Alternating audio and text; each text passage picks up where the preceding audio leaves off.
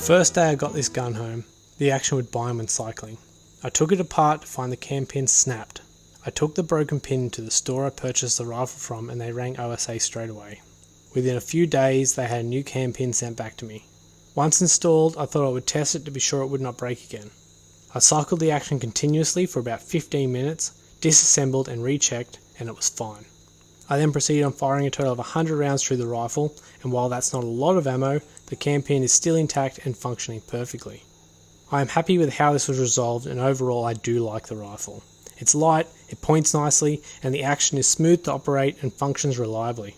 If you have any questions, post them in the comments below.